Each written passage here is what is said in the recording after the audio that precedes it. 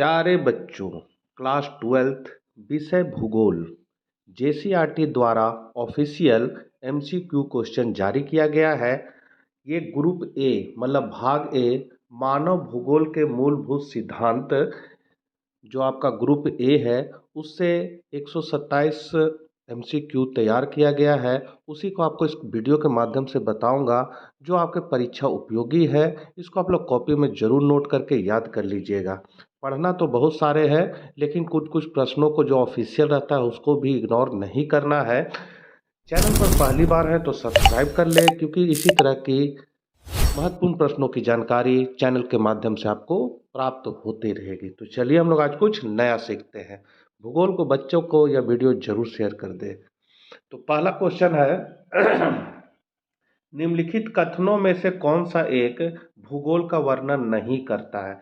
तो यहाँ पर आपका चार ऑप्शन है। आपका आंसर आप देख सकते हैं आसमानी कलर का है, प्रौद्योगिकी के विकास के फलस्वरूप आधुनिक समय में प्रासंगिक नहीं है। तो यहाँ दूसरा क्वेश्चन है इसका, संभववाद शब्द का प्रयोग सर्वप्रथम किस फ्रांसीसी विद्वान ने किया। तो इसका सही आंसर जो है वो है आपका लुसियन फैब्रे। नव निश्चयवाद, यहाँ पर हो जाएगा नव निश्चयवाद, थोड़ा सा स्पेलिंग मिस्टेक है। नव निश्चयवाद के प्रवर्तक कौन है, तो ग्रिफिथ टेलर है। ये बहुत इंपॉर्टेंट क्वेश्चन है।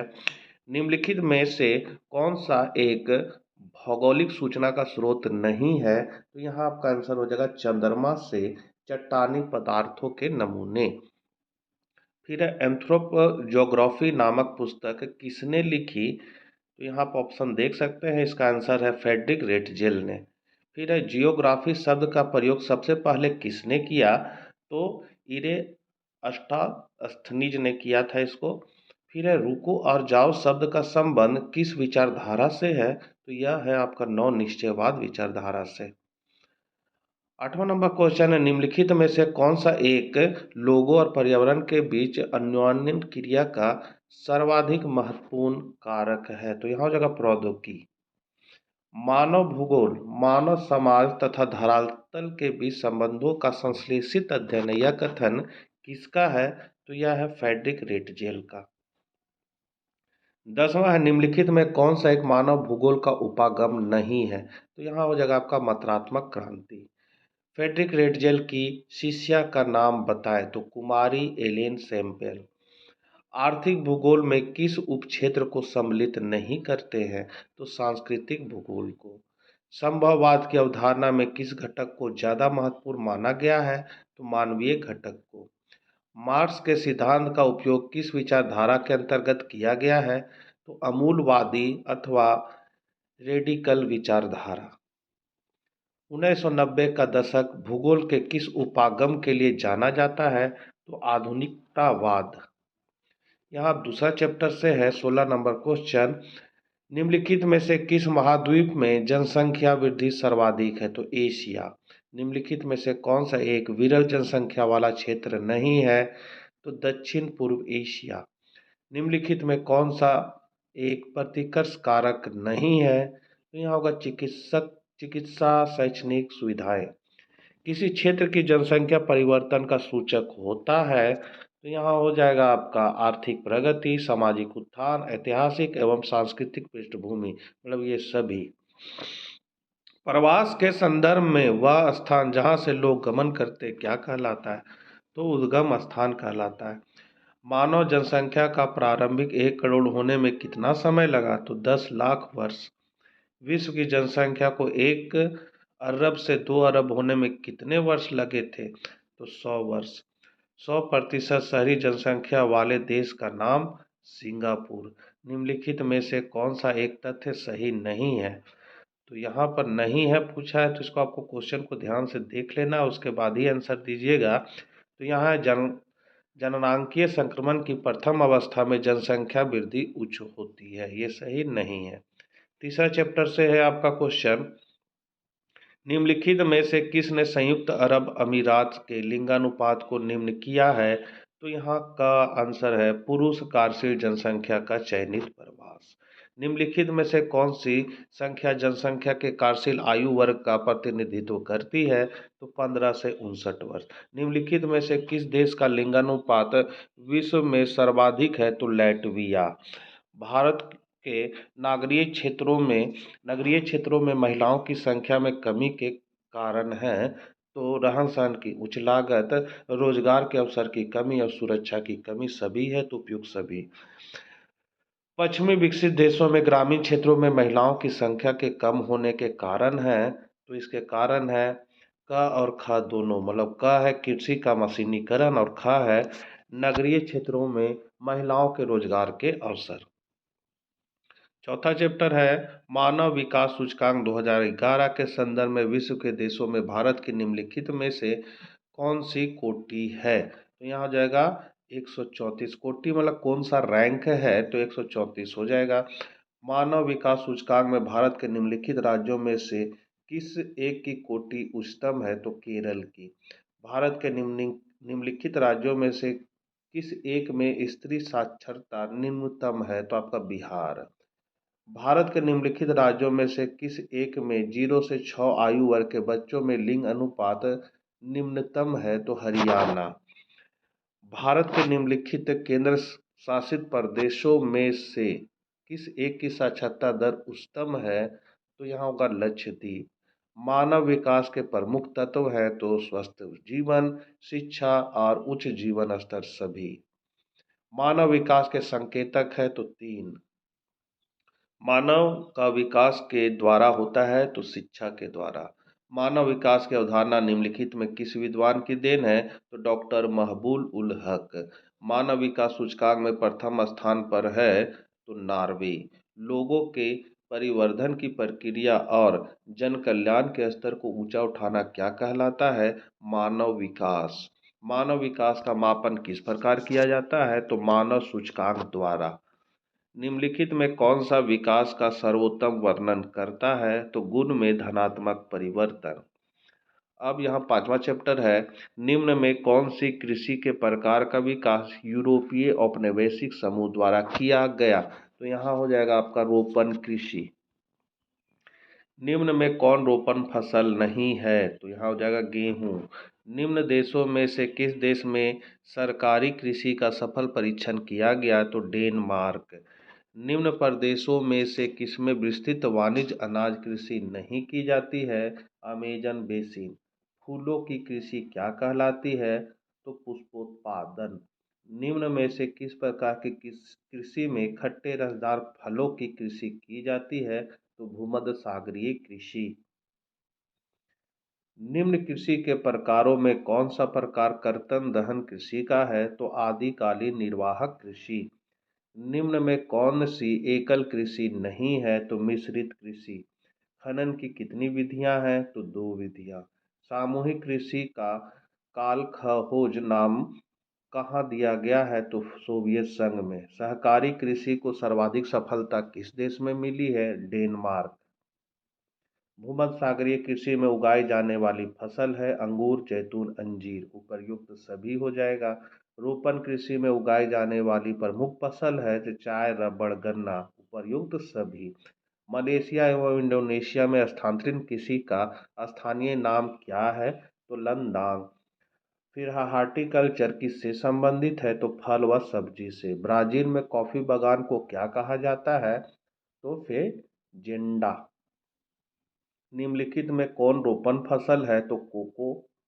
संसार के किस भाग में कर्तन और दहन कृषि को झूमिंग के नाम से जाना जाता है? तो भारत के उत्तर पूर्वी राज्य। निम्नलिखित में से प्राथमिक क्रियाकलाप कौन सा है? खेती। रबड़ किस प्रकार की कृषि की उपज है? तो रोपण कृषि। बुशमैन कहाँ के निवासी हैं? उत्तरी कालाहारी। छठा चैप्टर है आपका निम्न में कौन सा कथन असत्य है? तो यहाँ हो जाएगा असत्य। चीनी सूती वस्त्र एवं वनस्पति तेल उद्योग स्वच्छंद उद्योग है। 65 है आपका निम्न में कौन सी एक अर्थव्यवस्था में उत्पादन का स्वामित्व व्यक्तिगत होता है? तो पूंजीवादी। निम्न में कौन सा प्रकार का उद्योग अन्य उद्योगों के लिए कच्चे माल का उत्पादन करता है? तो आधारभूत उद्योग। निम्न में कौन सा एक जोड़ा सही मेल खाता है? तो लौह इस्पात उद्योग पीटर्सबर्ग। निम्न में कौन सा उपभोक्ता उद्योग है? तो पेट्रोलियम। या पेट्रोलियम का स्पेलिंग सुधार लीजिएगा आप लोग। निम्न में कौन सा लघु उद्योग है? तो गलीचे बनाना। निम्न में कौन सा कुटीर उद्योग नहीं है? तो चीनी बनाना। मानचेस्टर किस उद्योग के लिए प्रसिद्ध है? तो सूती वस्त्र। निम्नलिखित में कौन सा द्वितीयक क्रियाकलाप है? तो औजार बनाना। पेट्रोकेमिकल उद्योग में अग्रणी देश का नाम है संयुक्त राज्य अमेरिका। टोयोटा कंपनी किस देश की है? तो ग्रेट ब्रिटेन। जापान का डेंड्राइट किसे कहा जाता है? तो नागोया। सातवां चैप्टर है आपका 76 नंबर क्वेश्चन। निम्नलिखित में कौन सा एक तृतीय क्रियाकलाप है? व्यापार। निम्नलिखित क्रियाकलापों में से कौन सा एक द्वितीयक सेक्टर का क्रियाकलाप नहीं है? तो मछली पकड़ना, ये प्राथमिक क्रियाकलाप है। निम्नलिखित में कौन सा एक सेक्टर दिल्ली, मुंबई, चेन्नई और कोलकाता में सर्वाधिक रोजगार प्रदान करता है? तो सेवा। वे काम जिनमें उच्च परिणाम और स्तर वाले अन्वेषण सम्मिलित होते हैं कहलाते हैं। तो चतुर्थक क्रियाकलाप। निम्नलिखित में कौन सा क्रियाकलाप चतुर्थक सेक्टर से संबंधित है? तो विश्वविद्यालय अध्यापन। निम्नलिखित कथनों में कौन सा एक सत्य नहीं है? तो बीपीओ के पास केपीओ की तुलना में बेहतर व्यावसायिक अवसर होते हैं, ये सही नहीं है कथन। स्वर्ण कॉलर का संबंध निम्न में से किस आर्थिक क्रियाकलाप से है? तो पंचम क्रियाकलाप। जिन नगरों में बड़ी बड़ी वैश्विक कंपनियों के मुख्यालय होते हैं कहलाते हैं। तो वैश्विक नगर। चतुर्थक क्रियाकलाप वर्ग में निम्नलिखित में कौन से घटक हैं? तो शिक्षा, सूचना, शोध, प्रबंध। लाल कॉलर कर्मियों का संबंध निम्न में से किस आर्थिक क्रियाकलाप से है? तो प्राथमिक क्रियाकलाप। चिकित्सा पर्यटन है तो चिकित्सा हेतु पर्यटन। पर्यटन किस आर्थिक गतिविधि का अंग है? तो तृतीय क्रियाकलाप। आठवां चैप्टर है परिवहन और संचार से। निम्न में से किन आर्थिक क्रियाकलापों के अंतर्गत परिवहन गतिविधियों को सम्मिलित किया जाता है? तो तृतीय क्रियाकलाप। अनेक स्थानों को परस्पर मार्गों की श्रेणी द्वारा जोड़ दिए जाने पर किस प्रारूप का निर्माण होता है, उसे क्या कहते हैं? तो परिवहन जाल। कम दूरी एवं डोर टू डोर सेवाएं प्रदान करने में सर्वाधिक सस्ता एवं तीव्रगामी माध्यम है सड़क परिवहन। भाप इंजन का आविष्कार किस सदी में हुआ था? तो 18वीं में। एंडीज पर्वत या भागों में निम्न में से किस पशु का प्रयोग परिवहन के माध्यम के रूप में किया जाता है? तो यहाँ हो जाएगा लामा। पारा महाद्वीपीय स्टुअर्ट महामार्ग किन के मध्य से गुजरता है? तो डार्विन और मेलबर्न। किस देश में रेल मार्ग के जाल का सघनतम घनत्व पाया जाता है? तो संयुक्त राज्य अमेरिका। बृहत ट्रंक मार्ग जाता है तो उत्तरी अटलांटिक महासागर से होकर। बिग इंच पाइपलाइन के द्वारा परिवहन किया जाता है तो पेट्रोलियम का। चैनल टनल जोड़ता है पेरिस लंदन को। निम्न में से कौन भारत का सबसे लंबा नेशनल हाईवे है जो वाराणसी को कन्याकुमारी से जोड़ता है? तो NH7।